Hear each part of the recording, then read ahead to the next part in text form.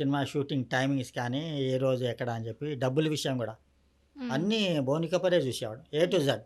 హుహు. As a family member. హ్మ్.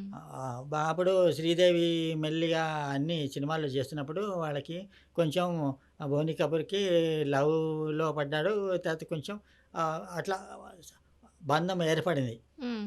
ఏర్పడిన తర్వాత బోని కపూరు పెళ్లి చేసుకున్నాడు. హ్మ్. వాళ్ళ మా అమ్మగారితోనే వాళ్ళ ఇష్ట ప్రకారం చేసుకున్నారు. హ్మ్. దాని తర్వాత ఇంకా అన్ని సినిమాలు చూసేవాడు. డబ్బులు వ్యవహారము. ఇంక బాల్యం ఎలా ఉండేది? అంటే బాల్య శ్రీదేవి సినిమా ఇండస్ట్రీకి రావడానికి అంటే తను అందంగా ఉందని తీసుకున్నారా? లేకుంటే ఇంకేదైనా అంటే చిన్నప్పటి నుంచి సినీ ఫీల్డ్‌లో వాళ్ళ అమ్మ హీరోయిన్ ఆహా! ఒకప్పుడు.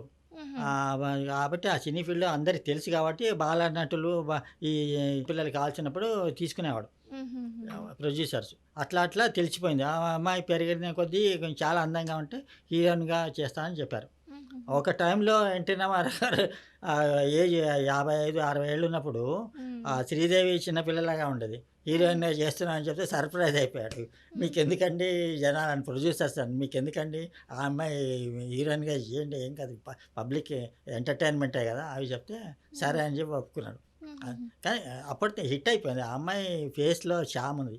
హ్మ్. ఎంత బ్రహ్మాండమైన సినిమాలు చేసింది. అవును. హ్మ్. 'చిరంజీవితోని' కూడా చాలా సినిమాలు చేసింది.